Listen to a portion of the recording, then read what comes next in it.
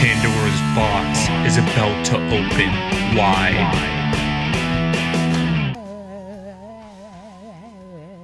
Man, can't beat that old school vintage rock and roll, man. Just can't beat it. Welcome to Pandora's box, everyone. Drew was just saying that he's a bit like sad because the baby's gone to that stage where it like finally wakes up and starts making noises. And I was saying that, yeah, because it lulls you into a false sense of security, doesn't it? Because I remember when Evie was like, you know, the first few weeks she was alive. Obviously, like Em needed a lot of rest, the mums needed a lot of rest. So Evie was like spending more time with me probably than she was with Em at first. And I remember I'd because they're like asleep all the time anyway. Do you know what I mean? So it's not like you need to give them like a bedtime at the same way as when they get a bit older, if you know what I mean. But so I remember Em would go to bed and I would like have Evie like asleep sort of on my chest, just chilling, and I would just be at the time I was just like binge watching like Star Trek: The Next Generation, and I would just be like that, and Evie was my little like Star Trek homie, you know, just watching Star Trek episodes with me and stuff. But yeah, and then it's like all of a sudden I can't remember like what week it was for Evie. Yeah, probably like about 3 or 4 weeks or something. They all of a sudden start going through the more like cry phase where they're suddenly just like. Oh, it seems so annoying. It's like every time he's awake, really, you know, it's like if he's not on the boob and not like kind of getting a feed and stuff, he's just like proper moaning. And the annoying thing is as well, he pretty much as soon as the sun comes out and it starts getting bright, he'll like sleep throughout the day with like no problem, just be there like the cutest little thing, just really like kind of like chilled and that. And then as soon as it gets like 9, 10, 11 p.m, he is just like wide awake and like crying and that. So like Meg hardly gets any sleep through the night, and then I'm helping with nappy changes and that as well in the night, and it's just like, oh my god, what is going on? She's a proper early bird as well, isn't she, your missus? Yeah, so she finds it hard to sleep in the day. And then just wants to sleep all night, and then like and then he's just seems to be awake all night. And unfortunately, Angus has decided he's Batman. Yeah, and with like the gas and stuff as well. Like he seems to have loads of gas and that in the night, or like the colic and that, I think. But like in the day he doesn't have it so much. So I'm like, what? Surely if he's got it, he'd have it in the day and in the night. You know what I mean? But it seems he's like way more uncomfortable in the night, and I'm like, mate, what are you doing? There are other things like that, though, aren't they? And I can't remember like the reasons why, but like, you know, they'll say like with certain illnesses you get and stuff, like symptoms, like certain symptoms will be worse at night time than they are in the day. And like to just like the average human being, that doesn't really make sense, does it? Like you're like, well, why does it really make sense whether it's like, why does it matter whether it's dark or not? Like how, like say like much I'm going to cough, or like, do you know what I mean, or how phlegmy I am or whatever, you know? And it's like when they need to go for a poop as well. It's like you can see he's like trying for ages and he's up all night and just not pooping, just like and then 8:30 in the morning, just like finally, like, you know, and it's like, mate, well, you could have done that a little bit earlier, you know, instead of just like trying all night and being like yeah, man. Man. Funny babies, old times. Eh? But yeah, so he's 4 weeks today, so it's just that stage, like you say, like where he just seems to be awake more and just crying a lot more and things like that. Because at first they're pretty chill. They're pretty chill, really, because they're just almost like asleep all the time, aren't they?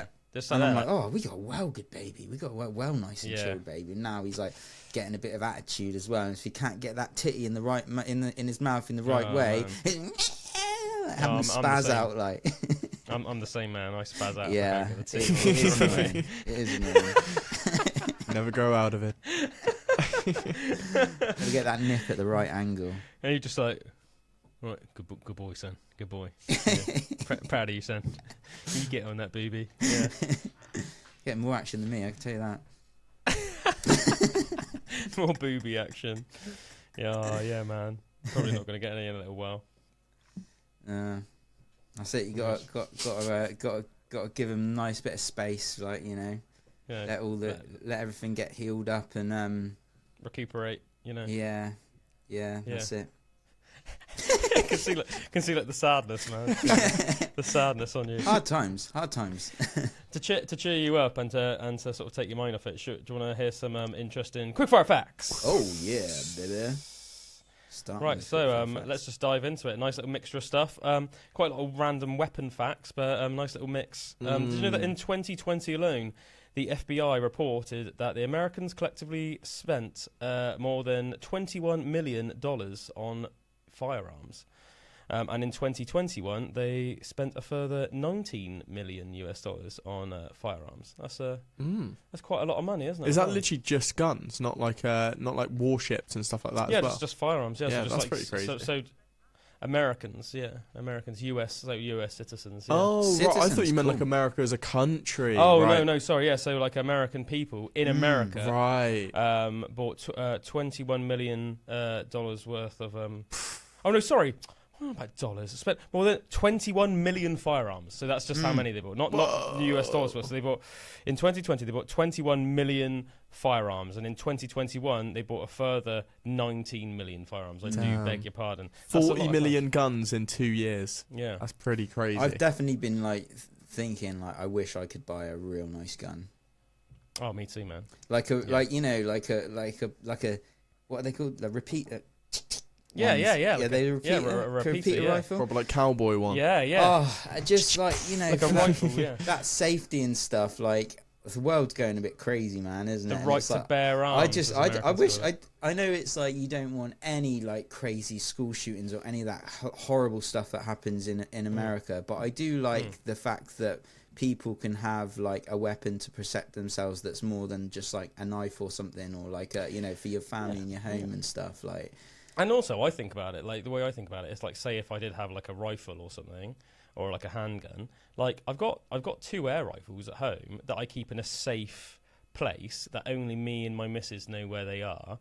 It's not like I get them out. Like, I get them out, like, hardly ever, like, once a year or something like that, and then I, like, and then I put them back shortly afterwards. Do you know what I mean? It's like the ammunition to it is, like, in a hidden place that only I know where it is. Do you know what I mean? Like, it's not like I'm going around constantly popping them off. Do you know what I mean? I've also got like, just because of my interest in like historical weaponry and things like that, I've got like a couple of like axes and like a sword and stuff like that. And it's like I'm not like always just running around the neighborhood just like trying to resist the temptation to like behead people. Do you know what I mean? So I don't think I'd be any different if I had like like a higher caliber firearm. So yeah, I just think I think that whole like is it the First Amendment for Americans? Like with the guns, is it the First Amendment? I think it is. I think it is, isn't it? The right. Oh, is it the freedom of speech? I can't remember. Obviously, we're not Americans, so we don't know. We're not 100% down on the lingo. But I can't remember if it's like the Second Amendment or whatever it is. It's an amendment. I think it might be the Second Some Amendment, sort of amendment, actually, isn't it? Like right to bear arms. Yeah, I think you're probably. I think That'd be right. a funny First Amendment to have, wouldn't it? Yeah. Right, first off, no other rules are needed. I want my guns. Yeah. I want my guns. Yeah, I think you're right. I think the First Amendment is freedom of speech, and the Second Amendment is right to bear arms. But obviously, the whole idea of it is so that you can resist tyranny. The idea that the government are allowed guns, and the army are allowed guns. So if say you got overrun by a tyrannical government and then they try to impose, they put armed police officers on the street or even impose martial law and put soldiers on the street, how are you supposed to protect yourself or overthrow a tyrannical government if there's just all these people walking around with guns? And why is it right for them to have guns but not right for you to have guns? Yeah, also there's lots of like wealthy people that have like private security and stuff that carry around firearms and stuff. So why is it okay for them? What, just because they're really rich?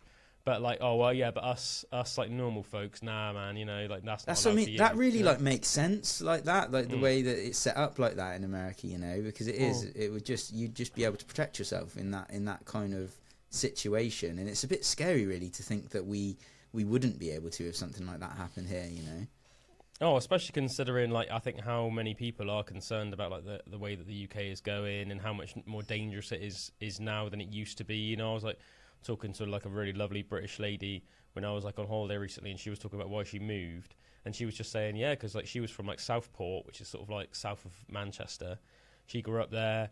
And she said that just over the years it just became more and more unsafe to the point where several of her friends and stuff had been mugged and attacked walking home at night, so just didn't feel safe in your neighborhood anymore. This always hearing about somebody being assaulted or a sexual assault or do you know what I mean? And it's the point where what the hell? So she just moved away and she moved to a place where it was safer. Where she knew that she could go out for a drink in the evening after work and walk home at frickin' 8:30, 9 o'clock and not have to worry about frickin' getting mugged. which is like something that you shouldn't have to worry about too much. We're supposed to be living in like on paper, like a really civilized country, but it doesn't. It seems to be more and more dangerous, almost like by the year, doesn't it? And in different places, like even here, like in Ludlow, like did I tell you about that thing that happened the other day with a guy up on the walk where I go? Like there's this walk around. It's called the Witcliff, and it's up so you can kind of see the castle and that. I like the name of that. It sounds very Saxon. Yeah, it's like visit the Witcliff. Yeah, it's like it's almost like past the river. Like the castle is on this side of the river. Just on the other side of the river, you've got a big walk with loads of trees, and there's like the bread walk, because like the bread walk is where they used to bring all the loaves of bread down into the town and stuff. And it's really like nice and everything. But this area, you wouldn't think of as an unsafe area at all. Like lots of people walking around and stuff. There's a set of houses down somewhere in Ludlow on one of the estates, and apparently it's being rented out like £100 a room, and it's a lot of like Indian immigrants and stuff, and there's just loads of them in there that are just renting it for £100 a room, and there's like 10 of apparently. Like this is what the lady was telling me, our friend here, and there's an old guy who walks that Witcliff like every day. And when they had some music here recently in the castle, like some concerts and stuff, that weekend when it was pretty busy, it's almost like they chose that weekend, and he went up for his evening walk across the Witcliff and that. Got like mugged by like four Indian like young kind of teenagey old teen, maybe early 20s or something. Yeah, literally beat him up, and even took the shirt off his back. Like literally made him strip out of his shirt because he had a Marco Polo t-shirt on. He was like 70 or something. He was like an old guy, like that just goes on his like he goes on his like walk, and then literally he got home, and they trashed his house as well. They'd obviously like targeted this guy, and like completely like because he was like older and vulnerable and stuff. And like why he lived alone as well. They went in like kind of stole loads of stuff from his house. So trashed his house and like stole like $2,000 in cash, and I was just like, I heard this story and I was like, that is disgusting. It's like, especially in a place like this where you think it's I couldn't even imagine something like that happening around here. Ludlow's like a relatively quiet place. Isn't it, it's quiet, and it's like just hello, you got all the butchers and that, and just it seems like not somewhere. It's quite where like a rural like area, isn't it? Like it's not like a massive town. It's not like where we are in Bridgewater. It's like obviously it's a like big an industrial hour from town. the motorway, like Yeah, it's like a big industrial town, and Bridgewater's obviously right next to Hinckley, and Hinckley's like this massive thing, and then just down the road we've got Taunton. That's another like sort of like big town, and then just down the other side we've got Bristol. So it's like Bridgewater is quite like big and populated. There's a lot of things going on, but you don't expect something like that in a place like Ludlow, which is a bit more almost like middle class, isn't it? Like in how, or at least how it looks and stuff. Like if anyone like Google pictures of Ludlow and stuff like that, it's like an old market town, isn't it? Essentially. That's what it was originally, like an old market town, like castle, and it's in Shropshire, like on the border between England and Wales, and like a lot of places around there, like if you just go down south of Ludlow, you've got places like the Forest of Dean, and they're just very pleasant places, aren't they? Like all little of that, quaint like places, like all of those nice towns and stuff, like all the Ross on on Wye places, Ross on Wye, and all those places, like really just like lovely places, like if you go to them, you're like, oh, this is a really nice place. Just like go for like a nice little day out on a Saturday and have like a little like cup of tea somewhere. Do you know what I mean? Like, so you don't expect it in places like that. And that's it. And I think this guy who's lived here his entire life and just like done that walk like every day his entire life, just like always worked. And then to just be like mugged and stuff. It felt really. Mate, if that was my granddad, I'd go full Rambo. Yeah, this is what I mean. This is what I think. Mate, fully. It's like if that starts happening more around us, it's like. You'd have no choice because you'd be so like, that's what I mean. You imagine it happening to some of your own family, and like how you would react to that, Oh man, I would react. As I said, I would go like full Commando. I would go full Commando because I think you get to a point where it's almost like, like there's. To me, that would be worth any. I could stand in a court of law and look a judge in the eye and say, I did that because the system failed my grandfather. Like, why won't anybody else? Like, we pay, our taxpayers' money pays for the police and things like that. That should allow old age pensioners to be able to go for a walk in a place like frickin' Ludlow and be safe, not get gang attacked by 4 like 20-year-olds, and then when he finally gets back to his house has been frickin' ransacked, destroyed, and all his and all of his money's been stolen. So that's another why another guy around the castle as well. An old guy got his jaw broken the other day. Just someone came up to him and like smacked him out and it broke his jaw. Just completely unprovoked attack. I don't know whether they robbed him as well, but I just remember like Meg's mum saying, "Oh yeah, this old Bertie or whatever he was called, is like, oh, the guy who always walks around the castle, he got attacked the other night and had his jaw broken." And it's like, what is going on? I was having this conversation with my friends this past week, and we were saying like the world just seems a lot darker of a place, and we were trying to discuss whether that's just because we've gotten older and we've become more like eye open to it. But I think it is the case that it is just getting like a whole lot darker.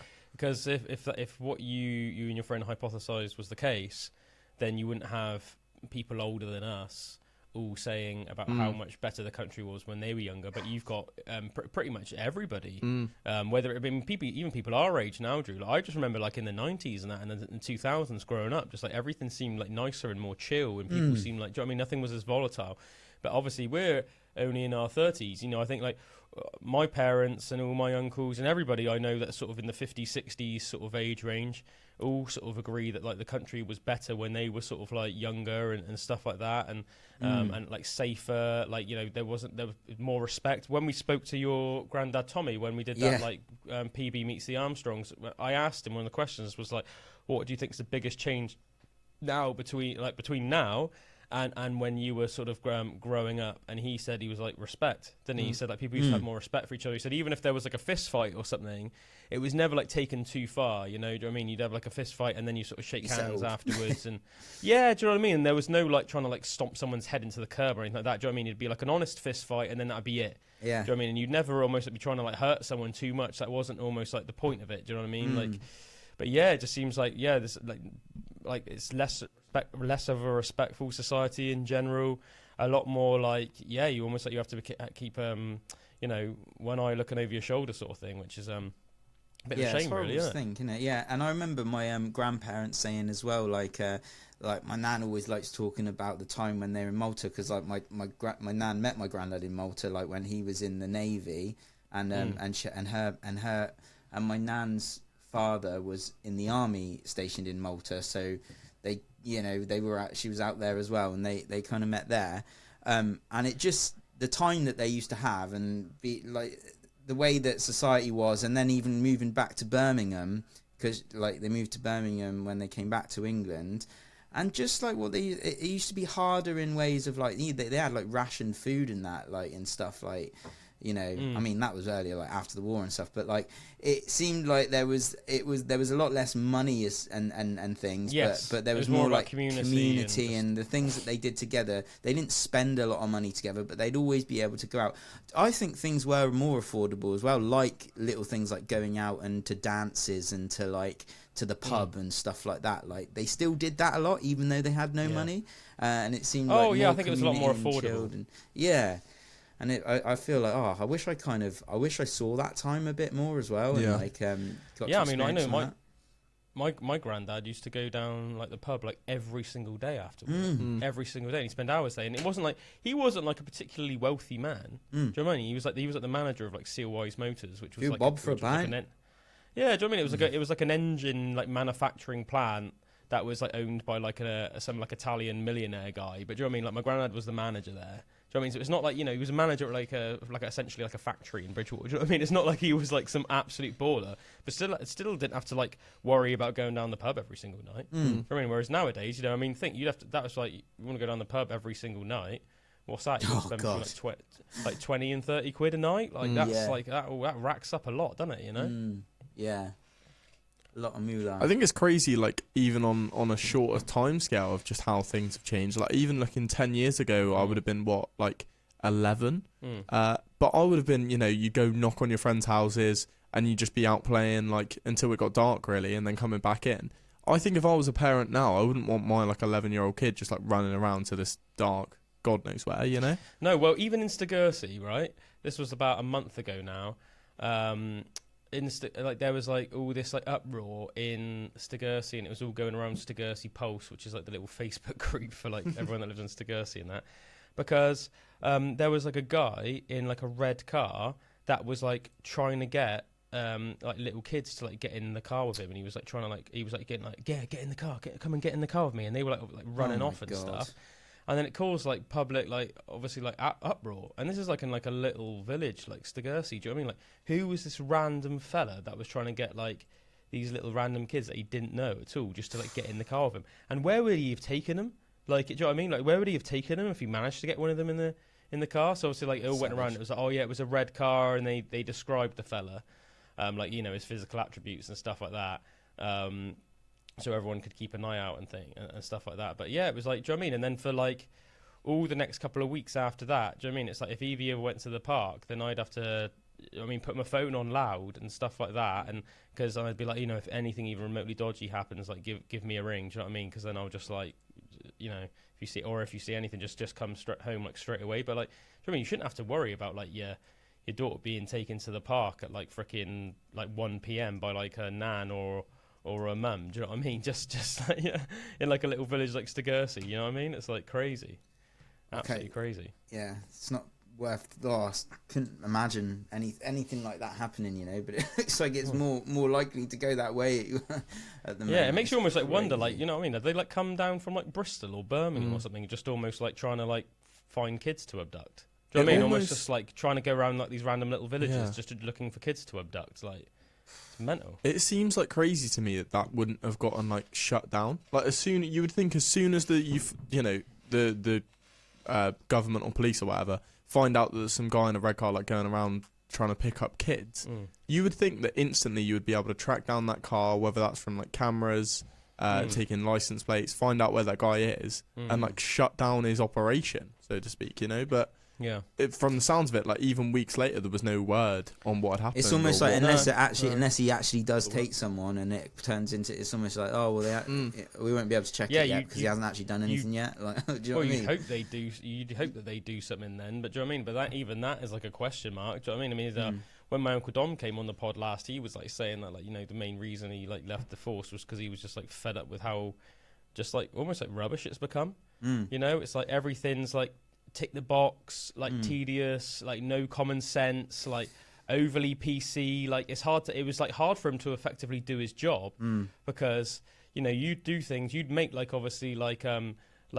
decisions on the off the cuff, like, you know, like using your, you know, his professional training and all this, the rest of it.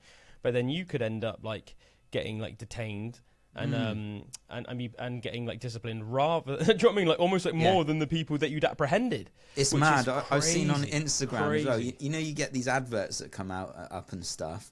Like I've seen one keeps coming up on my on Instagram. I don't know what they think I've been doing, but it's like, have you ever been mistreated by the police? Like, you know, we can do it. Like, you know, and it's almost like a claim thing. In Prague. Yeah, in Prague. But like it's almost like a you know, like a claim thing that you would put in you would get money for, like if you know what I mean, like take them to court and stuff like that. And I'm like, oh my god, there's these actual companies out there like trying to. You know what I mean? It's just, I think that is almost strengthening that. Like, people think, that it's all so PC that if they said one word out of line that's not in the narrative of, like, what things should be, like, PC-wise, then they could get in loads of trouble. Did they say something bad to you? Like, you know, we'll sue them. And it's a hard one, isn't it, as well? Because, I mean, you know, like, I think, like, a lot of people, like myself included, have had some bad experiences with the police. Like nothing like crazy. Do you know what I mean? But like, you know. But at the end of the day, it's important to remember, isn't it? Like the police are just humans, the same way that like teachers are humans. We're all humans. So like, you could meet one and they could be the soundest person you've ever met. You could meet another one and unfortunately have a bad experience because that person's just a bit of a PC plonker or something. Do you know what I mean? So it's like, you know, you can't judge the whole entire, you know, police force the same way you can't judge like teaching as as just based on one like bad experience. Do you know what I mean? Obviously, I guess it's maybe a bit more different for me than some people because I obviously have like a very like a family member I'm close to that was like a police officer for like 25 years. So do you know what I mean? I almost like, regardless of any bad experience I've ever had myself personally, do you know what I mean? I know that he's like a sound chap, and he doesn't like agree with everything that police does. Do you know what I mean? Like, just because you might be a police officer yourself doesn't mean that you agree with everything that the police does. But it has become like almost like very popular nowadays, isn't it? That whole like F the po-po, yeah, oh yeah, you pig, and it's almost like a bit silly, really. I think. Well, it's like, well, yeah, it's all good and well you saying that and thinking you're all cool saying that while you're at Boomtown with your mates or whatever, but like, if like insert anybody that you care about, right, family member, whoever, was like had their home broken into in the middle of the night, like, and you like, you know, you weren't like available to immediately do anything about it, like you would probably, you know, call the police, wouldn't you? Or like, you know, or you would hope that they would be able to, and you would be like counting on the fact that the police would be able to go there and do something about it. Do you know what I mean? So I think in that regard, like, I think it's almost like a bit silly to be like, oh yeah, F the police, and almost like make out that they're all just like, they're only there to like F us over, because obviously they're not. Yeah. Do you know what I mean? Like they're like predominantly to like do like a lot of good in society. The thing that's annoying is that the police don't seem to be used effectively nowadays. And as like Michael Dom talks about in great depth, it's just like the police force has gone downhill in this country. So they're not doing a lot of the things that they should be doing, and they're also doing things that they shouldn't be doing, you know? You know, they seem to be almost like glorified, like, I don't know, almost like riot enforcers, or whatever you want to call it. Do you know what I mean? Like things like that, you see it, don't you? Like a lot of it with them just like standing around the riots, and sometimes, but almost like not making sense. Like sometimes they're almost like protecting the people that are rioting, and then in other cases, they're like arresting and being like aggressive towards the people that are rioting. But it doesn't seem to like, it doesn't really often like make sense. Do you know what I mean? It's often just like whatever's like the less popular opinion. Oh, they'll get arrested, even if they're not actually doing anything worse than the people that have the more popular opinion. Or in often cases, they'll leave people alone if they have like the more like, accepted opinion, even if they're like actually like vandalizing, like Savage, shot places and stuff like that. And then you could have more like peaceful protesters, but if they've got like a less popular message, then they'll be like arrested and like, you know, that you see them getting thrown into riot vans. And I think that winds people up. I know it winds me up. Yeah, because it's like one phrase that's been thrown around a lot. I don't know if you've both heard this. Is like what's going on in the UK at the moment seems to be like two-tier policing. Have you heard that phrase? Two-tier policing. Yeah. The idea that there's like one rule for certain people and a different rule for other people. Well, it seems like a bit like that. I don't know how true it is, but like seeing, I'm thinking if this is true, it's like crazy. I think like Elon Musk has like shared some tweets about it and stuff about like, you know, some people getting like insane like prison sentences and that for like chucking a bike at a window, like where a hotel where like loads of like immigrants are staying and stuff.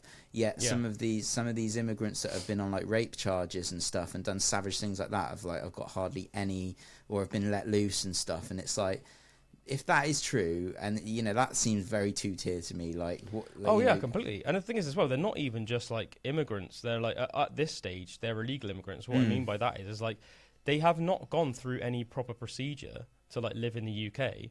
They've moved here because they've heard that basically our government is soft and that we will essentially put them up, like put them up in hotels.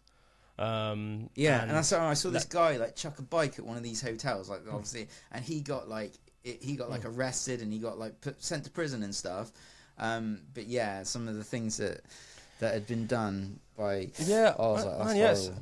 And again, you know, I'm not like, I don't know how true this is, but I've heard that. You know, have you heard that they're like, because our prisons are pretty full, they're like letting people out of prison that have like, you know, they're letting people out off their sentences early and letting them out of prison. And people that have actually committed like really bad crimes in the past, to make room to try and make examples out of people like the guy that you talked about, Drew, who like threw like a bike in protest at like one of the windows, where he's like fed up of like the just housing for free, like illegal immigrants. Well, I say housing for free. It's not housing for free though, is it? Because it's been paid by taxpayers' money. So all the UK public, and this is why it's rubbing up a lot of the people the wrong way. You know, like most, you know, like 99% of the UK population don't have excessive amounts of savings in the bank. Are all sort of like, you know, just trying to like live the best life for them and their family as possible. And we're paying like a lot of tax, and you know that if you didn't pay your tax, you'd eventually get done for tax evasion and get absolutely done up the rear, right? So we're living our lives doing that, And then meanwhile, as like loyal British citizens, we're doing that because we are told that that's what we need to do to contribute to our society and to live above board and that. And okay, we're like, okay. You know, like it's freaking hard, but all right, we'll all do it, right? And then on the other hand, you know, there's all these people that can just come over here that a lot of them don't even seem like they have any respect for our nation. You know, some of them don't even seem like they even want to integrate into our society or culture. They are just coming here purely to milk the fact that our government are just giving them all this stuff for free at our expense. Then when you add on to things like, you know, recently, like Keir Starmer, like slashed several areas of like pension, you know, for the elderly. That just takes the and like the heating allowance, or yeah, that's it. The heating allowance. Yeah. That was the main one that I was thinking. Yeah. I think I might have heard something about. Like I was speaking to my nan about this. Well, actually. I was speaking to my nan about this last week, actually. Yeah. And she was sort of like venting her frustration at the fact that, you know, she's worked her whole life. That's it. Like paid taxes, you know, been good, contributed to society, bought a house, and almost now she's being punished for that because they don't deem her to be someone who's in need. But in reality, you know, you shouldn't.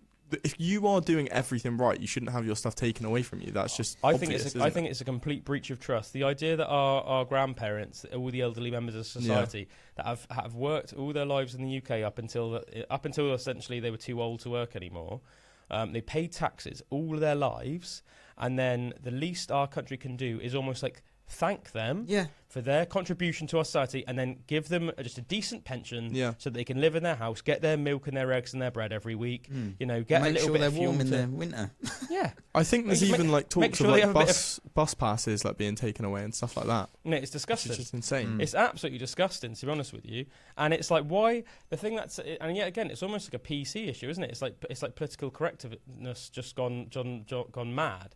It's like, so why are we like almost like so brutally disregarding like things like our elderly, our own native population, yet giving so many handouts to people that have just basically heard that if they can come here, then they can just almost like have their way.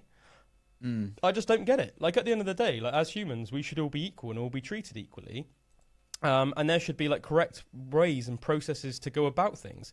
And I wouldn't expect to just go to the United States of America or go to New Zealand or something and just turn up, whether it's by any means of transport, and just go like, all right, can you just put me up in a hotel, and I'm just gonna live here now. Like, well, no, if I want to like live in another country, I'd have to go through the whole like attaining a visa process where you have to be like vetted. They then check your criminal record. Do you know what I mean? Make sure you're not a danger to that country and the people that currently live there. And I would completely respect and understand that process. And if that country deemed that I wasn't fit to live in that country for whatever reason, whether it's because of bad decisions I've made in my past that I have to like live with now or whatever, then I would just have to understand that. And I wouldn't be like, I wouldn't then try to like, you know, smuggle myself in overnight on a boat.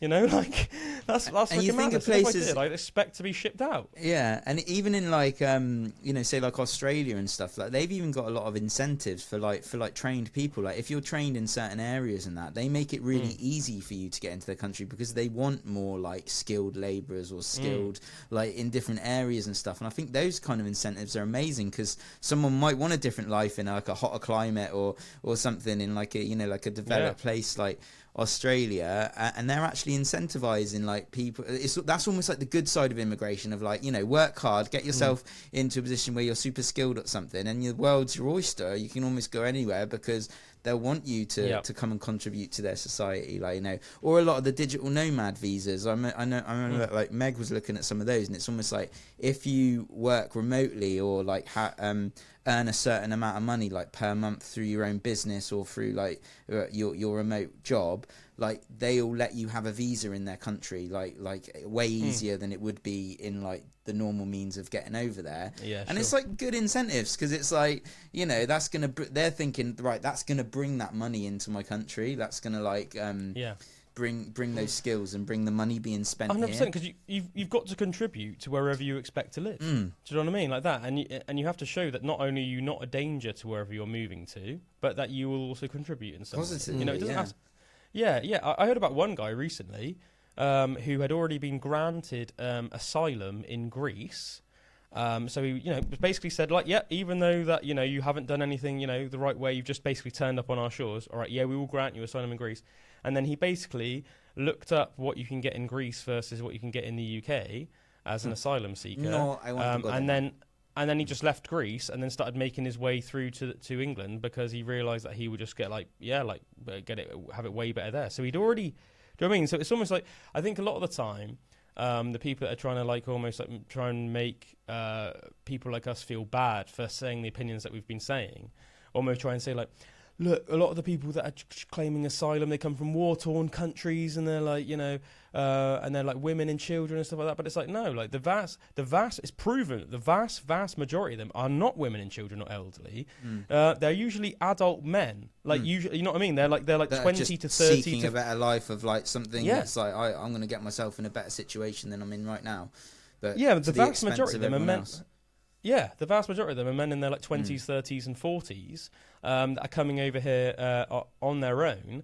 So it's not like they're all like these poor little people. And if they were just trying to find somewhere that wasn't this war-torn place, then man, I'd rather shack up in frickin' Greece than the UK personally. But it's not because of that. It's because it's all what comes down to like money and stuff. Do you know what I mean? They're coming here because they know essentially that our government is a soft touch and will give them a load of stuff. Yeah. A soft touch to them. It's crazy. Not a soft touch to us. Think, say if for the kind of benefits that we can get as, just British citizens, like if we haven't got a job or something, you'll go on universal credit and To actually get your universal credit, you have to go to a thing every week and show and prove how you're actively if you haven't got anything wrong with you and you're just a normal person that just is finding it hard to get a job, you've got to go through certain steps to show that you're trying to get a job and contribute in society and everything. They don't just give that to their normal citizens, but it seems like it doesn't seem like that. I don't know if there's certain steps that these people have to go through to actual show that they're trying to integrate or trying to contribute in any way. And that seems wrong as well. It almost seems like there should be like a set of steps that you have to go through to be like, right, how are you going to integrate into this and actually contribute, rather than just we'll give you everything. But if you're finding it hard to get a job as a British citizen, you still have to prove how you're applying for all these jobs and everything just to get that 50 quid a week or whatever it is, but it seems like it's just being handed to a lot of people in different situations. Definitely, and let's go back to one of the stories you said at the beginning of the show about that poor 70-year-old fella that got assaulted by those 4 young, Asian lads in Ludlow recently. What this comes down to is the fears we are saying played out with that man. So they clearly don't have any respect. They don't have any respect for the people that already live in this country. They clearly haven't, assimilated into our culture. And what I'd like to think our culture is having respect for the elderly and not doing things like that to people. I'm not saying, of course, there are white nationals and stuff like that have attacked old people in the past. Doesn't make it any better or any worse. But it seems to be a growing concern, and a lot of these countries that certain people are coming from, they are more volatile countries. For example, it's been a fact for a long time that it's very dangerous for, say, women to travel India on their own because there are such massive levels of sexual assault in India. I think it's the most dangerous people for women to travel on their own on the planet, right? So if you take that fact and then just say, okay, well, we're now going to put, say, okay, now 5% of the population of Ludlow are now going to be, Indian gentlemen. Yet again, this has nothing to do with Indian gentlemen in themselves, because this isn't a race thing. This is a cultural thing. I don't care what anybody's skin colour is. I don't care what sex anybody is. I don't care what religion anybody follows, right?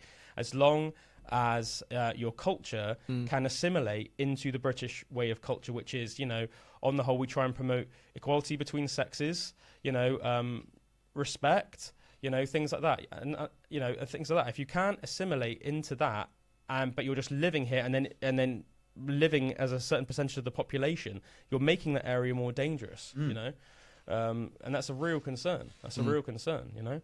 I mean, it's like you hear about all in the last, like, what was it, like 30, 40 years, the rise of like rape gangs and stuff in the UK, and it's a horrible thing to even talk about, but it's like it's really become like a dangerous thing. You know, you've like hear stories of girls in you know, more busy places than where we live. You know, like, you know, places like Luton, Aylesbury, other places like that, and there's like these freaking like rape gangs, and they like actively just try and groom young girls and stuff like that, you know. And it's like, it sounds like it's, you know, it's a really unpopular thing to say, because people will try and brand you as almost like an extremist straight away, or almost like a racist person for saying it, which isn't the case at all. But like the vast majority of these rape gangs are all from people that are not of a British culture, we should say. Do you know what I mean? Like that's like one way to put it. You know, they have you know, ideals and stuff that do not really represent the British ideals. That they obviously think it is okay to do these things. Whereas I think, you know, to people like us, that's like shocking. The idea that like a bunch of grown men can like groom like a young girl into essentially becoming what, like a sex slave or something like that. In frickin' the UK in 2024, like, that's shocking. Absolutely shocking. Yeah. You know what I mean? And it's like, you know, all of us, you know what I mean? All of us, like personally, or everyone listening, has like some sort of like, you know, like girls or women in their life that they are like, you know, protective of or fond of or care for, whether it's, do you know what I mean? Even if it's just like your mum, you know what I mean, or your sisters, you know, friends, like your missus, you know, children, daughters, you know. The idea that could be like yours, your daughter or your sister or whatever, that could have been, you know, potentially one of the ones that were targeted by those guys is terrifying. It's freaking horrible. And the fact that we should have to like worry about that living in a country like the UK, which is supposed to be this like enlightened first world country, is just shocking, really, isn't it, in this day and age? Yeah, I think we have a huge 100%. respect for women. I just think of like, you know, growing up in school and everything, and just even the generation we are compared to say like a few generations ago, like our grandparents and that. I think it was even worse then. Like there was a lot more like not my granddad, but I know my granddad's dad, so my great granddad, like in Scotland and that. Like I know that there used to be a lot of violence. Like, you know, like he would beat his wife and stuff. Yeah. But you don't hear that as much, like, for, you know, say for me growing up, I don't know if it was where we're from and things like that, but I don't know, like, just always, like, we always had, like, friends as, like, girls in school and that, and everything. There was, like, a huge respect there, and I didn't even know things like what you were talking about existed, like, up until you get older and you hear stories from elsewhere and that, but it's, like, really, like, I feel honoured of growing up around that, and you know, that you do look at women in that way and are like just friends with them, you know, and just like kind of like, you know, I don't know what I'm trying to say, but do you know what I mean? No, I know. It's like I was saying to you, like I had like an experience with this weekend where I went out with my friends up to Bristol, and when we were in the club at the end of the night, we bumped into these girls that had said they were sort of terrified because these men had been stalking them around from pub to pub.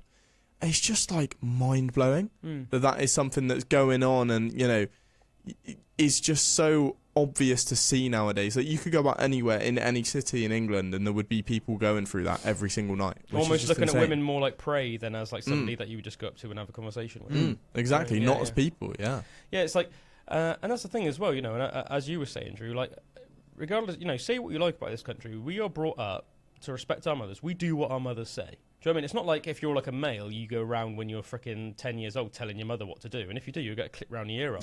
Or you'll answer. Do you know what I mean? By somebody. It might be your mum, it might be your dad, it might be a grandparent, you know what I mean? It might be all of them. But, you know what I mean? It's like you do what your mother says, and when you're around your grandmother, you do what your grandmother says as well. Do you know what I mean? And if you don't, again, do you know what I mean? You get a bit of hiding, my granddad gave me a freaking clip round the ear. Do you know what I mean? If I forgot to even say freaking happy birthday to my grandmother, my granddad would rightfully have like a massive go at me. Do you know what I mean? So like showing respect for like, you know, the women in your family, the same way as showing respect for the men in your family is like revered in this country, isn't it? Do you know what I mean? Like the matriarchs are just as important as the patriarchs. It's just like, you know what I mean? It's in a kind of slightly different way, isn't it? You know, but you know, and I think, you know, ultimately we are all we are all equal in this country. Do you know what I mean? And like, yeah, do you know what I mean? Banter exists. Sexism does exist a bit. Do you know what I mean? Not as a whole in this country, but do you know what I mean? You're going to come across some sexists. Do you know what I mean? You come across some misogynists, things like that.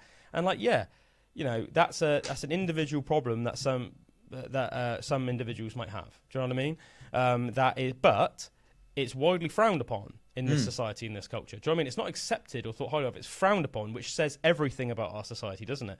You know, if you saw a woman out in public getting abused or spoken to in a bad way, sooner rather than later, other people would interfere and say like, whoa, what are you doing? Yeah. You know, well, you said that you did that with those guys, didn't you, Bullwinkle, exactly. You know, Bullwinkle went and showed them who the man was. Showed them the ball. Showed them what the bull in Bullwinkle stands for, mate. They want to see what the Winkle stands for. Like you say, if that hadn't been me, if that hadn't been me, you would hope that would have been someone else that would have stepped in and said something and stopped that situation from ongoing. Whereas I've seen some horrible videos on like where X is like uncensored now and stuff, and it's a bit crazy, some of the videos. I don't know where it is, but I've seen things of like women like getting beaten on the streets with sticks and that, of just surrounded by loads of blokes. I don't know what country it was, but where there was people would wear the turbans and stuff. Like I don't know what one of those countries. One of the countries wear the turbans, you know? Just honestly, I don't know which country it's from, but there was these guys with sticks, like Team America, then. just beating this woman, you know. And I'm just like, how that it does not compute with my brain how everyone else around in that whole situation could let something like that happen and not go over and grab him and be like, get off, like you're not doing that. Because if something like that happened here, or we saw something like that, it would be instantly everyone would jump on it, because it's like we know morally the right thing to do in a certain situation. So like you'd hope, you know. Yeah, exactly, man. And I think it's really important not to be naive and not to bury your head in the sand with situations like this. So it's like, look, in an ideal world, we should be. It's nice to think that we'd be able to go anywhere in the world as anybody, right? And wherever you are, you'd be safe, and that people would treat you how you treat them, and how you'd like to be treated, and all that stuff. But to think that actually is the case is naive. Oh, no. Do you know what I mean? You have to do your, you know, there's a fact of the matter is there's a lot of countries in the world that are still radically sexist, and insanely racist. Do you know what I mean? People that try and make out that we're racist as a society, it's like insane. Look, we are like one of the most accepting cultures in the world, if anything, to our detriment. You know, there's a lot of countries still, whereas like if you get found to be a certain religion or something like that, then you could be killed just for being found to be that religion. Or, you know, countries where if you're a woman, you're not allowed to drive a car, or you're not allowed to play in sport, or you're not allowed to leave your husband. And if you do try and leave your husband, as you just said, then you'll be beaten to death publicly. You know, there's countries where the punishment for being found out to be homosexual is to be pushed off a cliff.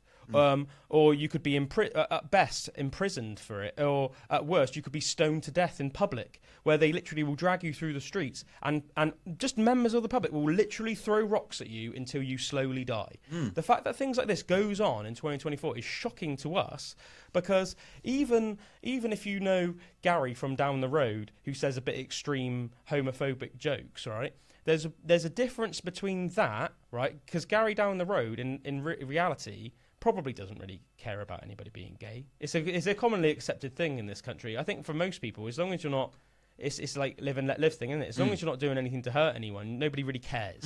And why would you care? No. And if you do care, get over it, man. Do you know what I mean? Like, get over it. Do you know what I mean? Because then it's when things start infringing on your space and your your, you know. And it's when you can get assaulted. Yes.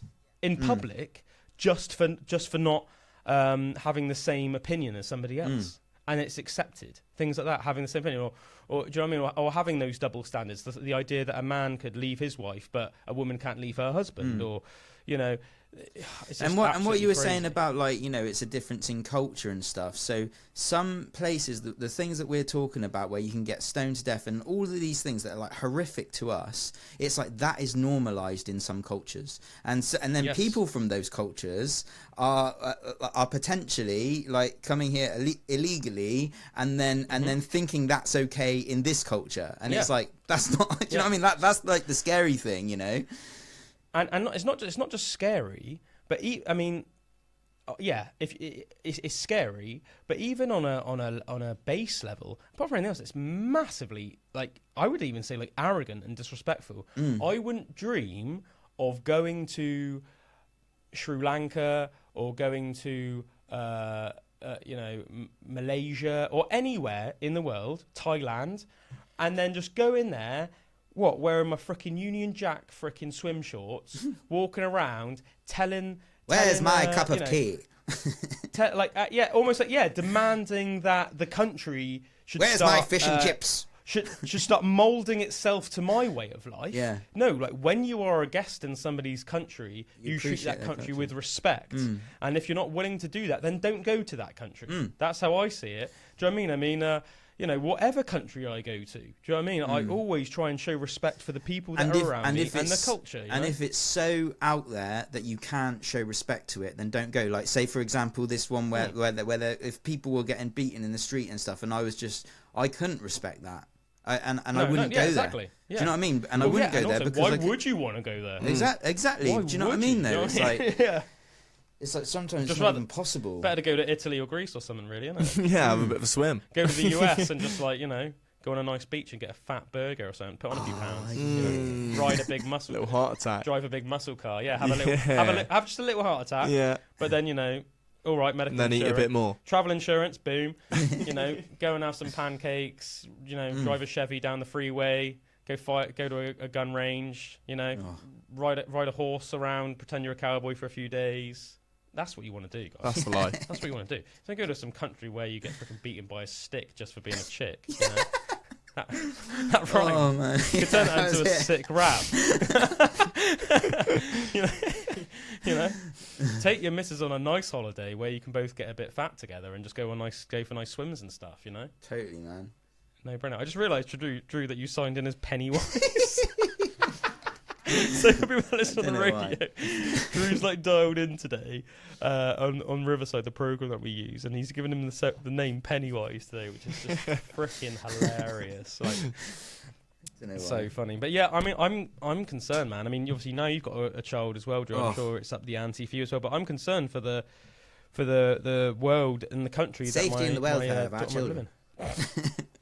Yeah, to be honest, man, like me and Em are, like, in the long run, like, seriously, like, thinking of, like, moving abroad or moving away somewhere, because if the country isn't showing us any signs of tackling what in my opinion and in a lot of people's opinion are very real and logical concerns. And they're just almost trying to bury all of our heads in the sand and just almost going like, no, it's not. Everything's fine. And if you do have a problem, then you are a racist or you're the problem. Yes, yeah. I mean, then it's like, okay, well, I don't think I want to live here anymore then. And do you know what I mean, I grew up always like proud to come from the UK. Do you know what I mean? Like, in terms of, I've never been one of those people like, look, you can be a glass half full person, you can be a glass half empty person, right? And you see a lot of people that try and make out that our country is this and that, and we're so bad, and all this. Like, no, we're not. We ended the slave trade, like freaking hundreds of years before most other Western places did, before America did, before a lot of other places did.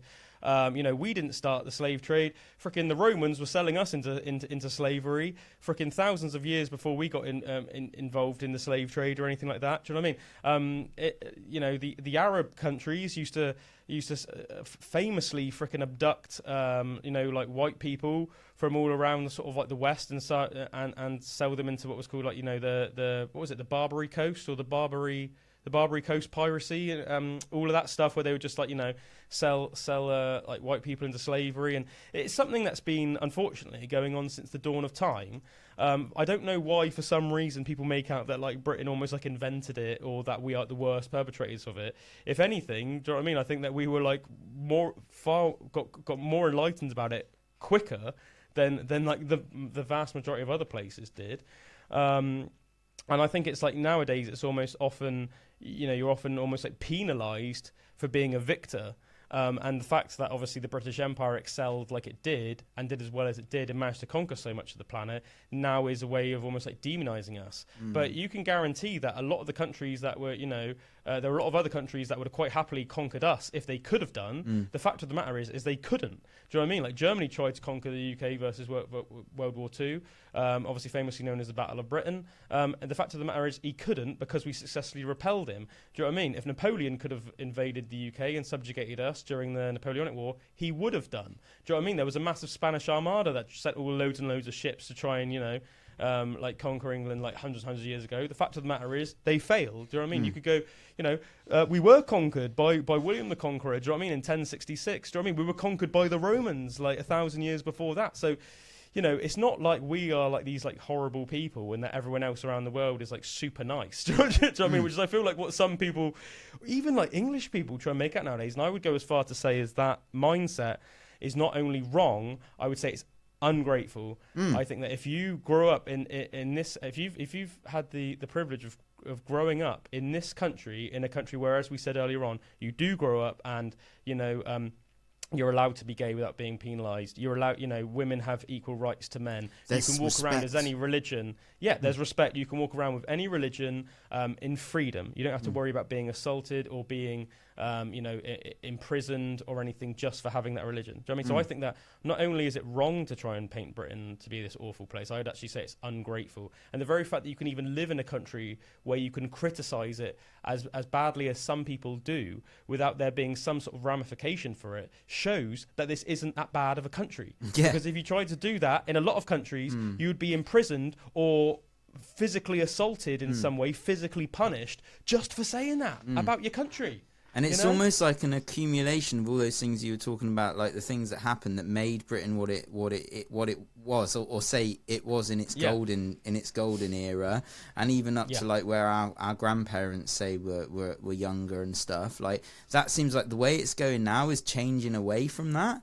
From how things were, and it's almost like that's like a real worry. And it makes you think, like, if this doesn't change, then like, would you think about going somewhere where it's different and stuff? But do you think that, like, say with the election that's coming up in America and stuff, and say if Trump gets in and that, and his stance is more like make America like sort out a lot of these problems that I think are similar over in America that's happening here and stuff. Like, do you think that will have like a if say he gets into power there?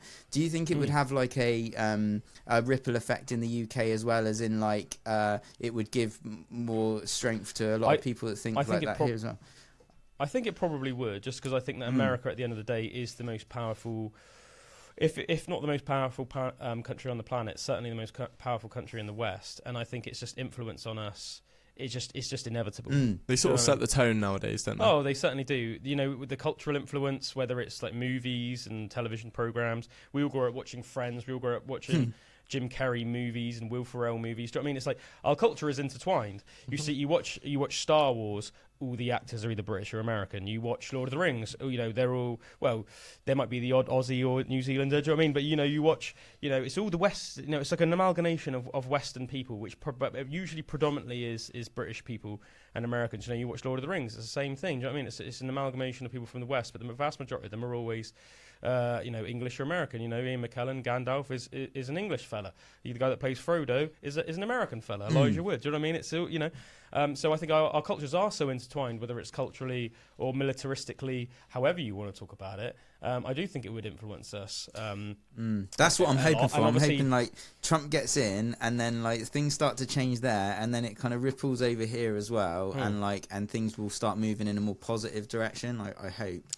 Yeah, I know that you're already. I mean, we spoke about it a little bit last week, but I know that you're already happy because your boy RFK he's and now Trump completely endorsed Trump and been like, and even at first he was saying, if you're in this state and you're in this state, still vote for me because it's going to have a difference. And now he's just gone on and said, like, no one vote for me whatsoever. If you were going to vote for me, vote for Trump, because that'll give him more and more of a chance, which will give me more of a chance to be in the White House as well. And because Trump has said that like he would put RFK in his cabinet as well. Yeah.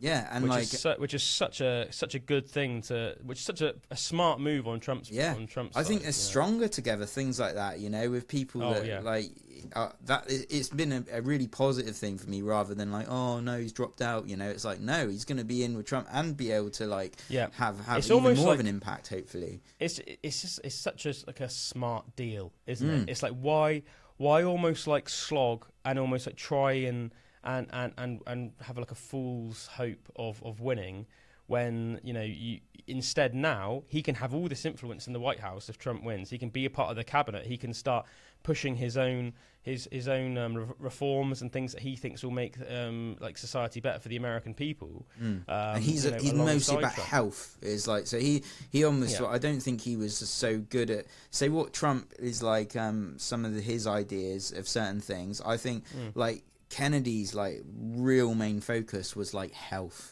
All of the crap that's in foods and stuff, and then all of like the medical stuff and that as well. Like that's where his real focus of it, and that's what he said. He's like, I've stood down because the goal of my life is to make a change to these things, like the health of like citizens and stuff. And if I've got more of a chance of doing that, not being the president, I don't care if I'm the president or not the president, or whatever. Like, this is the goal that I've set in my head. I need to change the way that people eat and and are more healthy and things like that. If that's the way I'm going to do it, and I like really respect that. He doesn't want to be the president. He's like he just wants to make a difference to people. He wants America to go back to being the what was it, the way he said it, and I thought it was a beautiful way that he talked about it. He wants it to lead by example. He wants America to be like such a shining light, to be such a good example to the rest of the world, that you don't have to conquer a country or go to war with a country to like stop them. They will just look at the way that you're living your life and they'll think, we want to be like that too. Yeah, that's which is like, man, that's such a good ethos. Do you know what I mean? Just by being moral and ethical and healthy. And I think that's why Britain did so well as well. Like when you think of the empire and everything, it was like there was a lot of conquering and stuff. But you think of like you said before, like the actual difference, or what was like the way that we kind of like ran the country and the morals that we had and all of that, instilling those in different places has always been net positive for like wherever we've been and stuff. So it's like, man, I watched this video, right, and a lot of people, it's the sort of video that I could imagine would trigger a lot of people, but I don't think that you can argue with it in a lot of ways. I watched a video recently, and it was like this. It was a Chinese guy that was talking to an African man. I don't know what country this African fellow was from, and it was all about the West's influence on Africa and whether that was good or bad, right? And the African fellow was going, it was all bad, they subjugated us for hundreds of years and blah, blah, blah, blah, blah, blah, blah. And the place where this fellow was living now, the African fellow in Africa, was like it was just like a wasteland, essentially. It was just awful. Do you know what I mean? It was just like everything had just like collapsed. There was no wealth or money in the area. There was like high crime and everything. And like really malnutrition, and like, women and babies couldn't get medicine and stuff like that, right? And the Chinese guy was like trying to explain to the African guy why the West's influence on Africa hadn't been a bad thing, and you could tell the African guy was getting a bit annoyed about it. And the Chinese guy was like, one thing I do appreciate about the Chinese is they're very like no nonsense. To us, I think a lot of the time they can come across as like cold and like overly analytical, but sometimes it's really good just to like cut to the chase, right? And this guy was saying like, look, the West brought you railroads, they brought you electricity, and what have you made of it?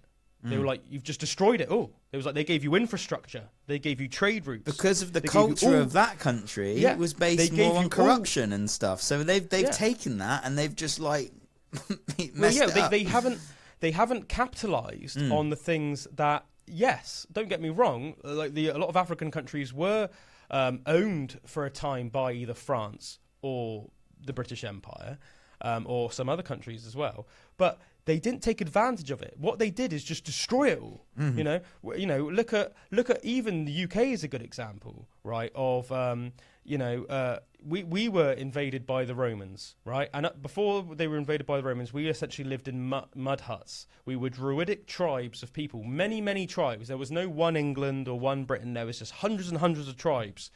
you know, all the way from Cornwall all the way to the tip of Scotland. You know, and it was just hundreds and hundreds of tribes. The Iceni tribes, all these others. Think of like Boudica and all those people, right? They were all Druids that lived around that time. And the Romans, you know, they invaded what we now know as Britain, what they named Britannica, right? Britannia.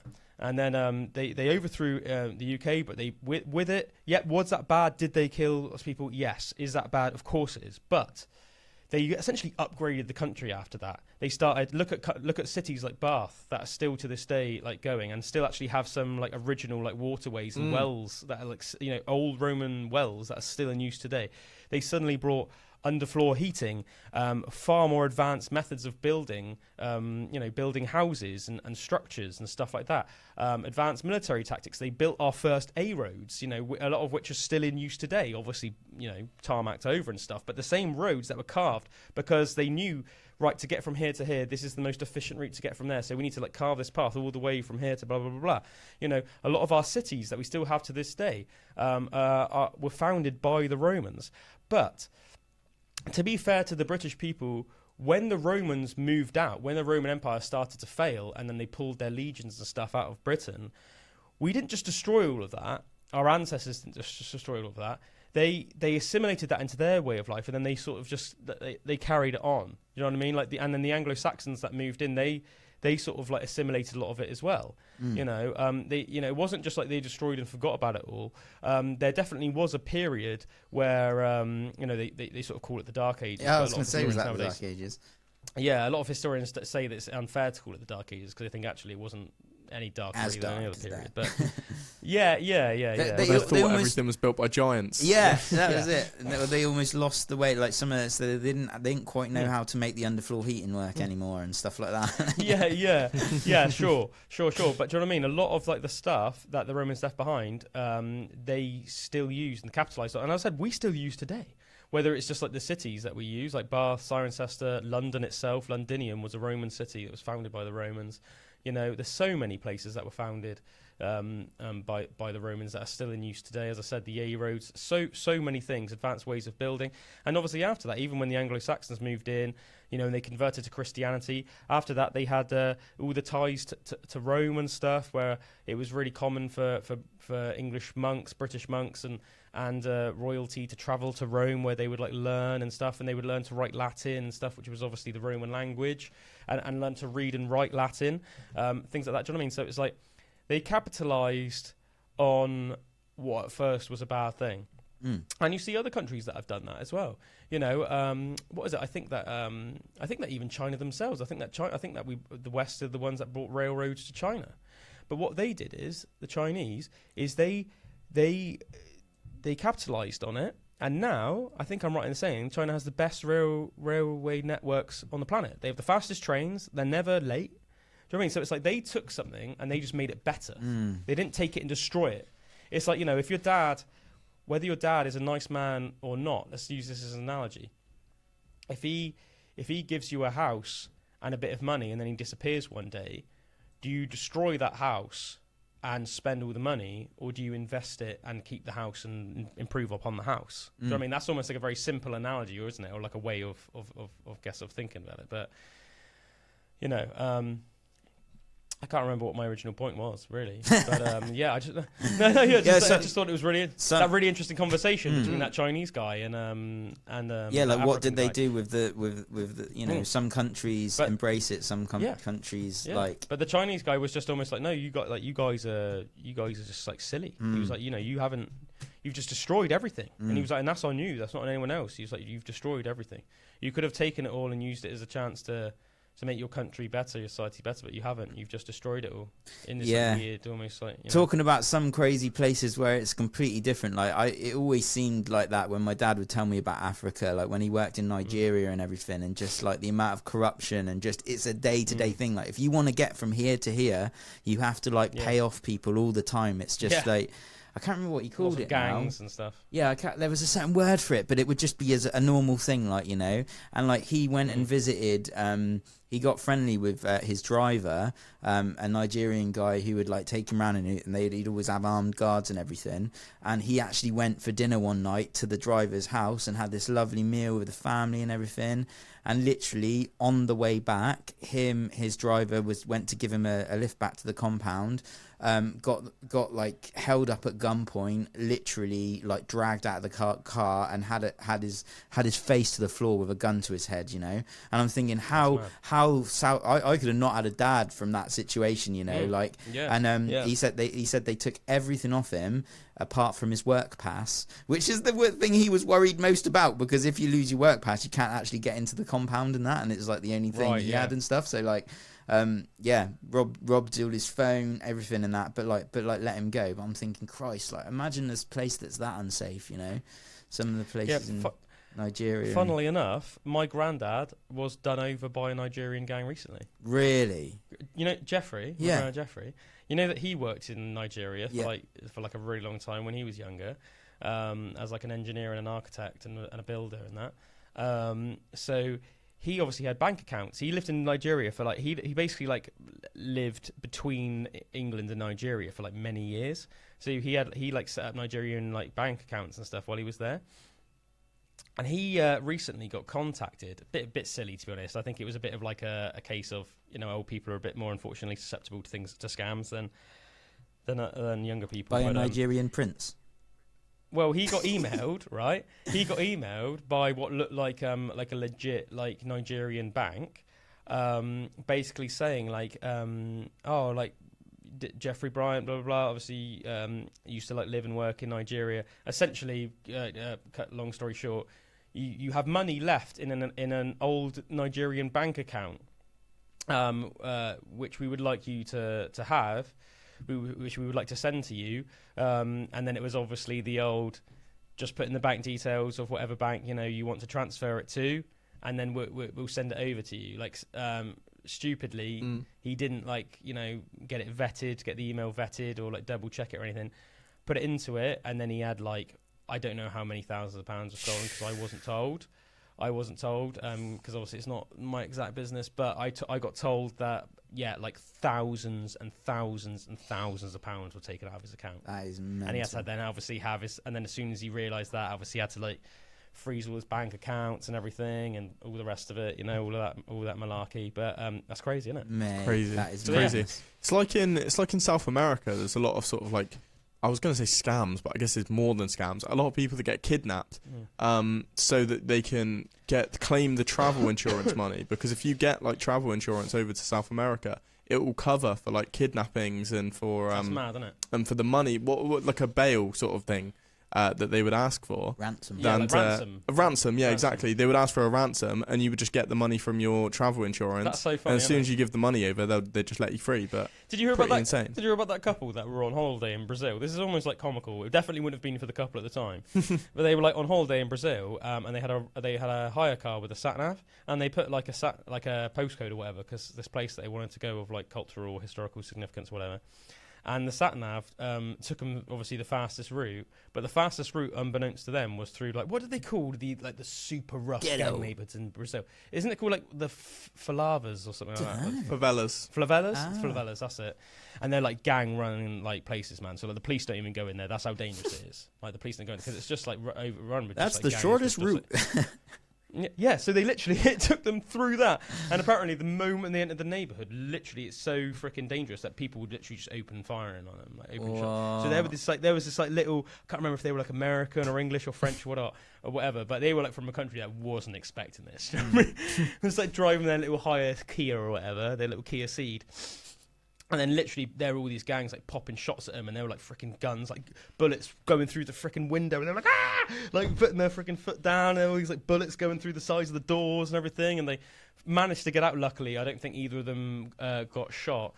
and just put his foot down, managed to like escape, and then like their hire car just had like freaking like 100 bullet holes in, and all the windows were like blasted That's out. insane. Mate, But that's good job like they didn't die. one time you don't want to use a sat nav. So if anyone's going on holiday in Brazil, don't use a sat nav. Yeah.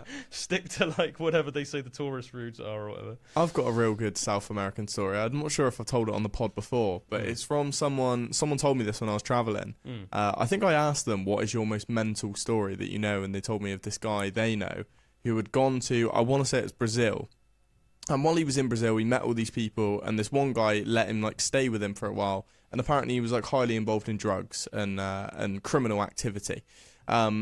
So this guy one day just comes home and his roommate's not there. And he's like, oh, where's my roommate?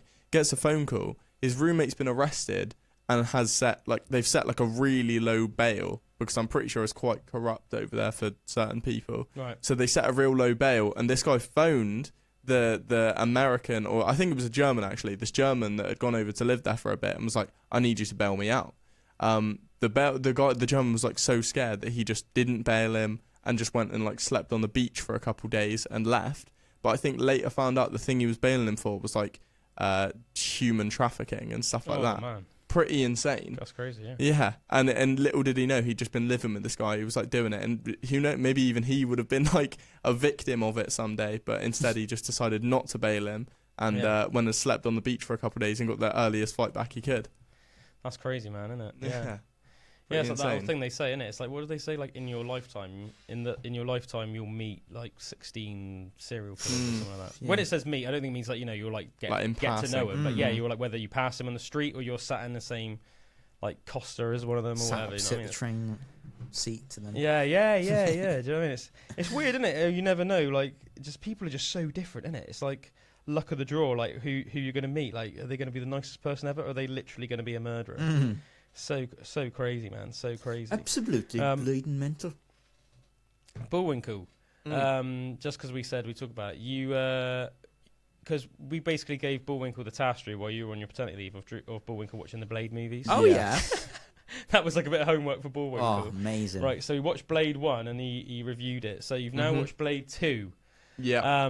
Let us know. This is Pandora's Box's review of Blade 2, with the one which I said I thought was arguably the best Blade movie. I can't remember 2. I can remember 1. I reckon I've seen 1 like loads of times, but I can't remember. You should watch 2, man. 2. Is there 3 as well? Yeah, there's 3 movies. Yeah, the third one has Triple H in it, the wrestler. Oh, nice. And the second one has that guy Ron Perlman. Can you think of him? No. Like, he played like Hellboy. He's like quite a bit. He's got quite like a well-known face, if you know Quite what I a mean. distinct face, isn't it? Yeah, There's quite a lot of famous actors actually in. Norman Reedus. Yeah, Donnie Yen. Yeah, Norman Reedus, who's in like Walking Dead. He plays like that real. What's the name of this character? It's like one of the most common like. Popular, I know Ron Perlman. Daryl That's Dixon. That's it. Daryl in Walking Dead, and Donnie Yen, who's like a famous martial artist Ron from Perlman was Asia. in Sons of Anarchy as well. That's what I remember. That's it. That's what one of the things he's most known for, isn't it? So, Bullwinkle, what did you think of Blade 2? Here's my notes. Some of my favourite bits, my favourite quotes and funny moments. There was one bit where he goes, "Catch you later," and does like a little spin, and then I points and winks at the camera. Thought that was quite good. Right. Nice. The dual wield ninja sword fight. Do you know the one I mean? It's like right at the start. There's like when some like ninja. they like vampires. break in, and there's almost this these lights go, like they're putting the lights on and stuff, and they're just having this crazy fight where they're like dual wielding with the sword and like blades fighting them. That was really cool. I like that it's not a dud bit that comes up like at the start and then right at the end as well towards whatever the actor's name is, right, that is in Sons of Anarchy, his character. This was a cool quote, I thought. What do you think God favours in the web, the spider or the fly? I thought that was a well cool quote. Yeah, that's quite cool. Yeah, something to ponder. Yeah. Probably the spider, you'd think. Yeah, exactly. Well, I guess it depends on the individual occasion. Sometimes you'll see a fly just about manage to like wriggle free and he'll fly off, and you're like, oh, fate was on that fly side that day. But God favoured that fly. Yeah. And then I also got he said, "Can you blush?" And then did like a cool little like sunglasses catch and put on. But man, it's just such a cool movie. Like so cool. In the second one, it's where they're like it's I can't remember his Super name. Vampires. Yeah, I There's, can't like, remember his super name. The vampires. like most bad guy, He's pretty cool. Though, but he just looks like something out of Alien. Like the Yeah, way he's their so face all like opens and they like sort of yeah. eat you like that, almost like a spider would. Really creepy. But Yeah. yeah, it was like, really good. Blade has to like team up with like the regular vampires to fight the super vampires, but it's like really freaking cool. Yeah, Drew, you should definitely watch it, man. Yeah, you would because love it. I absolutely loved like the original Blade. Like, you know, Oh, they're iconic. I remember They're seeing iconic. that when I was younger and being like, "This is the coolest movie ever." Oh man, absolutely amazing, isn't it? It's freaking iconic. Yeah, I think they're all really good. I think that like I probably, if I had to put it from my favorite to least favorite, I'd say 2's the best, then 1, and then 3's the worst. But I Yeah, I think like Whistler. 1 maybe picked it just for me, yeah, but Fair 2 was play. really really good as well. fair play. Yeah, I mean, I Yeah. think they're you know, they're both amazing movies. And to be fair, it's been a long time since I've seen 2, so I don't know how much the nostalgia value is increasing. I don't know. I've seen Blade more, and I've seen Blade 1 more recently as well. Right. But I just remember thinking it was like quite cool. Like, you know, there's a couple more characters. Quite cool that he's almost like teamed up with a couple of like, you know, like vampires and stuff like that. Surprising. Teaming up with the vampires. Yeah, I know. Killer It's with quite the an vampires teams up. it's quite an uneasy alliance, though. I don't think it lasts for long. No. Yeah. I like that like evil, the like top vampire as well. Who looks like Nosferatu. Yeah, He's yeah, quite yeah. cool, like the right white skin and everything. Yeah, he's pretty He's cool. cool. Guy. Have Yeah, you he's pretty guys cool guy. seen Dusk Till Dawn? Yes, when I was haven't, younger. no. Yeah. Mate, That's a great movie. yeah, that's another one you need to George, put isn't down, it like man. George Clooney, Yeah. Salma Hayek, Quentin Tarantino. Quentin Tarantino? Yeah. Yeah, And, it's a great movie. it's I love how as hilarious. well, like, now go on. Yeah, I was just say it's hilarious. It's like another vampire movie, Yeah. like, you know. Yeah, I love how it starts as well. It doesn't start like, it's almost one of those movies that, like, if you didn't know it was a vampire movie at the beginning, you probably wouldn't think it was a vampire Yeah. movie. Starts very Tarantino, like it's almost just like some criminals, like on the run sort of thing. And then the next thing you know, it's like, They're in a it's strip like club. criminals versus versus vampires. In this huge. Is that the one romantic where like strip club. Salma Hayek's in that bikini? It's like a real famous. It's like iconic. Hell yeah. Yeah. And it's also iconic because Quentin Tarantino wrote a role where like a guy drinks. What was it like? Like Salma Hayek like pours liquid down her leg. Right, yeah, And yeah, drinks yeah. comes Her off her toes, toes, yeah. and then and then he cast himself as the 'Cause character. he loves just- feet so and, much. and well, no, because apparently he had like a massive crush on Salma Hayek. Ah, yeah. So he almost like he cast Salma Hayek in that role, writ the role, and then cast himself as His the guy. little That's personal thing there. that is a hilarious thing to do, isn't it? I just remember this That's part. hilarious. There's one of the characters, and he's like, and there's like the vampires, and he goes, and there's this bit, and he goes, "Ugh," and this like gun comes out where his dick is, and the two balls are like 2 rounds. He goes. Do you remember that bit? Mate, I don't even remember. Oh man, that, no. that's my favourite part. Isn't there like a weird like snake vampire man? Oh yeah, I think I so. remember. I think that rings a bell to me. Mm. It's a good movie anyway. That's a great movie. Not a vampire movie, but The Prestige. I was saying to you, I Oh, watched yeah. last night. Really good. Recommend that to anyone that is looking for a good Christian movie. Bale and Hugh Jackman. They're like Yeah. they're like magician rivals. Michael Caine, Christopher Nolan movie. That one is, so you Prestige. always know it's going to be pretty good. Hmm. But yeah, they're like magicians, but it's also like it's almost got a comedic factor as well in it. Like it's almost funny every time the camera will pan up and you'll be like, oh, that's him again. He's got him again, you know. So Did you ever yeah, see I really this- enjoyed that one. This movie as well called Equilibrium. Have you seen I that? think I did ages With like ago. It's Christian almost like Bale, and Christian he's got Bale, like these 2 guns, and he can like bend the bullets and stuff, and he's almost like crosses It's almost like martial reminds me a arts with, little like, bit of Matrix. Yeah, reminds me of a yeah, little yeah. Right. I remember Yeah. seeing that like years ago, like after I watched Matrix, and I was like, oh, this is cool, like. As bit. well. Equilibrium is a good movie, and also like I think I like anything with Christian Bale. And he's just I such think a good he's my actor. favourite actor of all time, I Christian think Bale. he's one of my favourites as Yeah. well. I think he's just so good. He's so good in what was it, 3:10 to Yuma? Have you seen that? Like Haven't, cowboy no. and western film with him and Russell Crowe. yeah. That's a great film. Yeah. That's a great film. Do you know what? I actually think we might have watched that together at some point. Yeah, man. Yeah, definitely. That 3:10 was to awesome. Yuma. Yeah. That's Empire of the Sun, really good movie. don't That's think like I've his seen first ever. It's a Spielberg one. That's like his first ever movie, and it's like him as a kid, and What, it's before in American Psycho. yeah, he's like a wow. child in it, man. He's like Oh, a child because he was a child actor Oh, originally. that does ring a bell actually. But didn't know yeah, that. that's a really good movie too. Yeah. What a legend. Respect to Christian Bale. Apparently he's like super down to earth in real life as well. Apparently he just like drives like the same. Apparently he's had like the same like Toyota pickup truck for like the last 20 years. Oh, nice. Like, do you know what I mean? Like most celebrities have got all these like insane cars and that. And then apparently he was asked in an interview like, how come you're like so like such a successful and wealthy actor and stuff, but you just drive around like a dented old pickup truck? And he was just like, I don't really need anything else. Yeah. And he was like, yeah, it's just quite like a handy vehicle, really. Like if any of my mates need like a hand moving or anything, just like, you know, it's like pretty handy. And it was just like, oh, right. He just sounds like a right like London geezer when you hear him in like interviews and stuff. Well, he lives in America now, doesn't he? I know he lives in America, but yeah, it's yeah. He is American Psycho, to be fair, Yeah, and he is. If you've ever seen the like video of him behind the snes where he's like going mental. Oh, Do you know the one I'm talking about? Yeah, that was on the set of Terminator. yeah. He'd going crazy. He'd they'd done like a take, I think, and it was like a really good take. And then it turned out that the cameraman hadn't pressed record before the take or something. Whoa. And then there's this audio recording of Christian Bale just like ripping into this guy, and he's like goes freaking nuts, gets really triggered. Going mental. It's quite funny though, and like I think at the time, like some people like criticize Christian Bale for it, but I think at the same time, it's obviously I think like he takes his work like very seriously, and they like, you know what I mean. It's they work, you know, to be fair to actors, I think they work like quite long days. I think some of them they get in the makeup chair at like 5 a.m. and then sometimes they're shooting until like 8 p.m. and stuff like that, and they're going like long times without eating sometimes and things like that. And I think he thought that was like the best take, and then he was like really, really just annoyed about the unprofessionalism that like. Oh, you know, like everyone had played their part, apart from that one cameraman who's literally a cameraman by choice. Do you know what I mean? That's his trade, and all he had to do was point the camera in the right direction and press record, and then he just effed it up. And then there's just this audio recording of Christian Bale, just going crazy, going full Patrick Bateman. It's quite funny though. Yeah, I think it's quite funny, man. Yeah, long live Christian Bale. Should we have a couple more quickfire facts? I'm excited, man. This is a really interesting one, actually. Really cool one. The longest anyone has ever held their breath underwater is 24 and a half minutes. Well, Can you believe mental.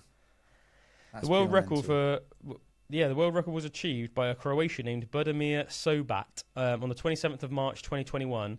On average, a human can hold their breath for just 30 to 90 seconds. So that's like insanely more than the average person, isn't it? I wonder how much those like Bajan tribe people could do it. Oh. Like if they really pushed it. Yeah, that'd be interesting, wouldn't it? Be interesting to see if they could beat him if they were like, you know, held to the task. Another cool thing, I knew that butterflies could get really big, but to be specific, the biggest butterfly in the world has a 31 centimetre wingspan. It belongs to the Queen Alexandra's birdwing butterfly, which you can find in the forests of the Oro province in the east of Papua New Guinea. It's pretty big, isn't it, for a butterfly? Pretty big. Imagine seeing a butterfly and its wingspans like that. Yeah. Like a full-on bird. That'd look epic. That's pretty... That would be epic as hell, wouldn't it? You feel like he walks as like Avatar land or something. Do you know that Finland has more saunas than it does cars? I thought that was an interesting fact. That's so cool. Oh man, like it's that's like it's just like a normal crazy, to have in the house Yeah. designs when they're built to just have the saunas already built into them and stuff. And I'm like, rather than having to like do one yourself and stuff, it's just actually like built into the house sign. I think that's so cool. amazing. It's almost I wish like it was as like much that here. as a necessity as like a shower is for us. Yeah. So cool. They're also the happiest nation on the planet, aren't they, Finland? Because of the saunas.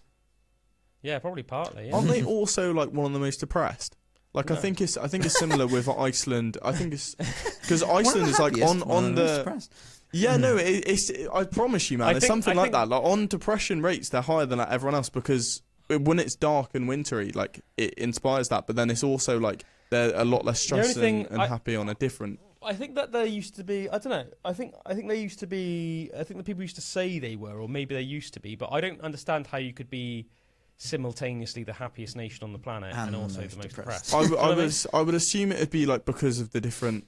In my head, it was just because of the different like portions. So you might have like a third of the people are like depressed, but a third of the people are like also way happier than like anyone else. A very manic people. Exactly. Manic, yeah. Just like you just walk around, everyone's either like yeah, or they're like ah. Yeah. It's like, exactly. Yeah, I don't know. I mean, I think I don't know. I think that it's just changed over time, and that for some reason people used to think maybe that they were the most like depressed nation or something. But I say from everything that I've seen like over the last sort of 10 years or whatever, it's always just been like, yep, Finland is the happiest nation on the planet. Do you know what I mean? It's never been like with an asterisk and at the bottom it's like, but they're also the most depressed. Or anything like that. So I don't know. This is quite a cool fact. Do you know the domestic cat that lived the longest lived to 38 years old? His name was Cream Puff. Aw. Cream puff. 38 is insanely old for a cat. Yeah. 30 cats. Is that not like almost double like most cats? Oh, That's yeah. insane. No, it's more than double most cats. Jesus. Yeah, I think we had a cat that lived to 21, but that was considered like Yeah. ridiculously old. Most cats, I mean, the thing is obviously there's many factors, but I think most cats pretty good to live to like 15. Mm. You know, that's a pretty good age for a cat. Jesus sort of, Christ, that's an old cat. Yeah, man. And the world's oldest dog lived to 29.5 years. Yeah. But it says here most dogs live between 10 and 15 years. But one Australian cattle dog named Bluey survived to 29.5 years, almost 30 years old. Nice. Oh. The brightest candles burn the quickest. But Something like yeah, that. the brightest flames burn out the quickest. Yeah. Except for in that case, they didn't. Exactly. Yeah.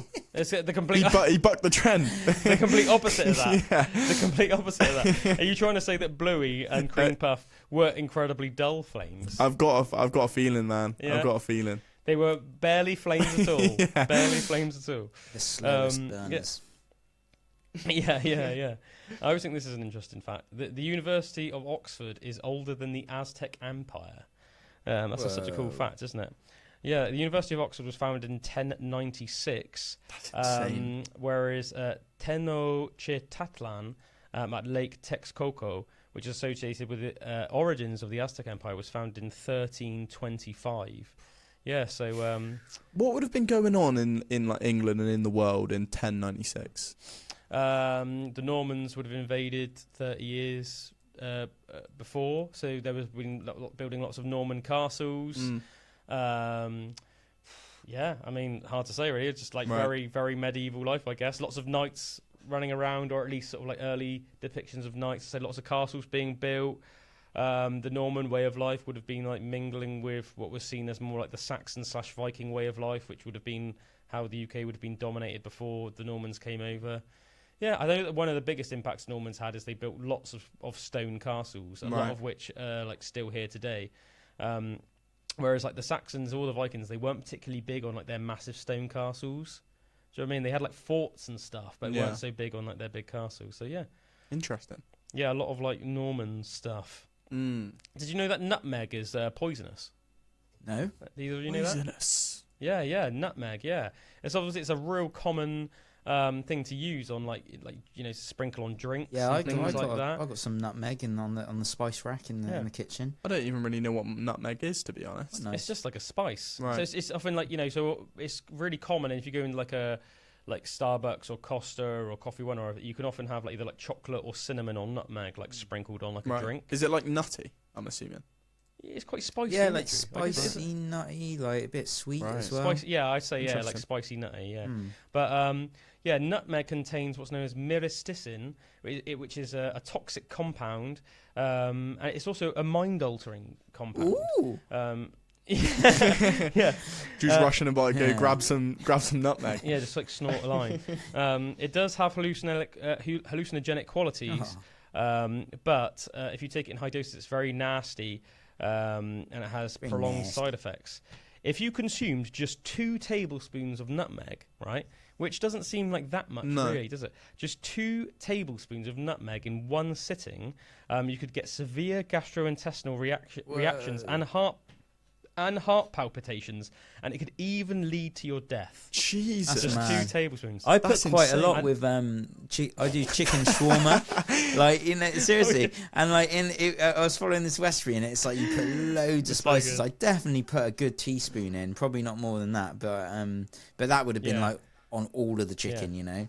Yeah, spread out. Well, so the teaspoons, alright. You just want 2 tablespoons. 2 tablespoons is what apparently you get over that. That's what can that's what can kill you, or at least give you really bad like stomach and heart palpitations and that. But you would trip a bit as well. So yeah, swings around about.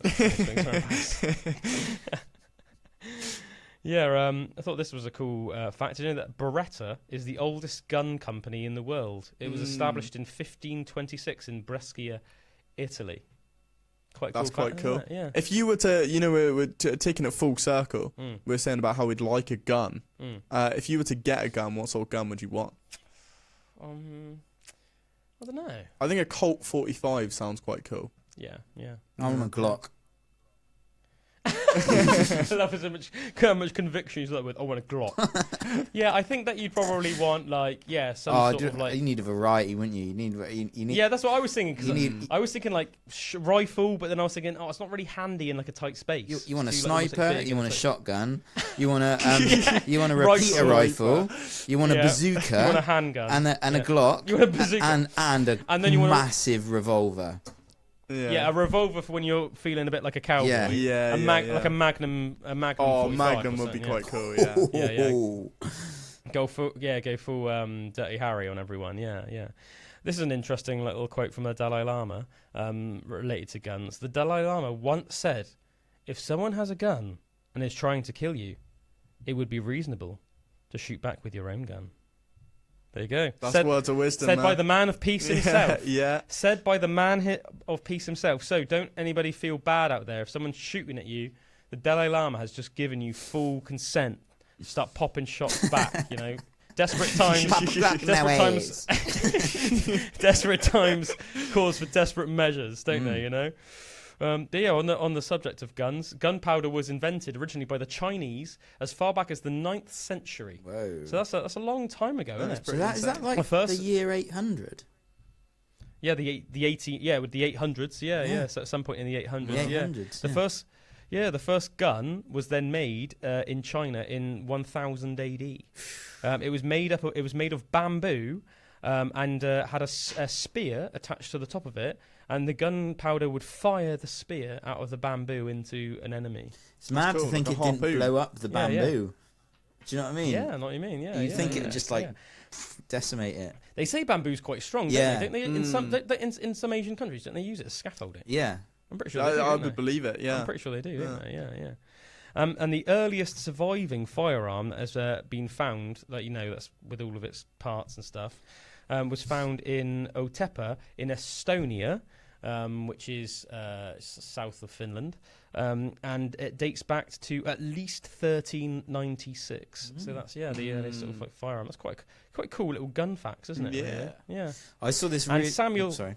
Yeah, no, go on. I was going to say that I saw a really, just YouTube channels and that. There's this YouTube channel dedicated to weapons that you can build yourself that are like so cool. that are like almost like handguns and stuff, but that just fire nails, but fire them like that you would do it a tin can and it'd just like blow the tin can up, but it's so like cool, that sounds like that'd be like illegal, and also like metal pellets, like fishing pellets and stuff. You can either put metal pellets in or nails, and they'll fire both of them out.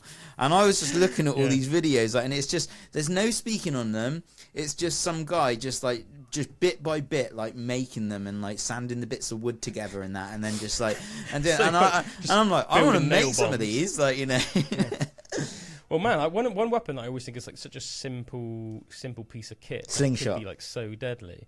Yeah, that freaking amazing slingshot. Yeah, they're powerful, man.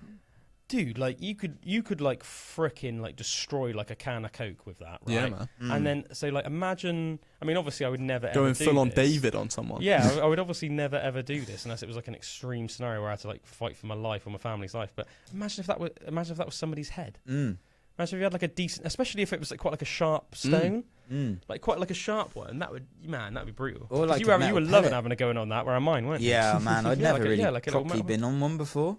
So I was like, mate, they were going right out the other field in the back of the Yeah, they can fly, man. They can absolutely fly. Yeah. And if you put something, that was quite pointy edges or something on it, that would be pretty brutal, dude.